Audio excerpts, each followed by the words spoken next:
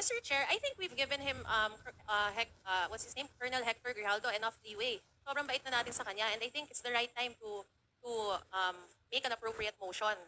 Sumasobra na siya. This is, I believe, his fourth time to skip the Quadcom, and pero sa Senate, wala naman siyang rotator cuff syndrome. I really believe it's high time that with the indulgence of all the chairmen, that I move to cite Colonel Hector Grijaldo in contempt. Chair. Okay.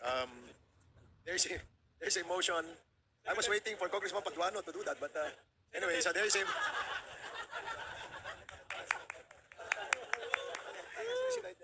So there is a motion to cite Colonel Hector Grijaldo in contempt.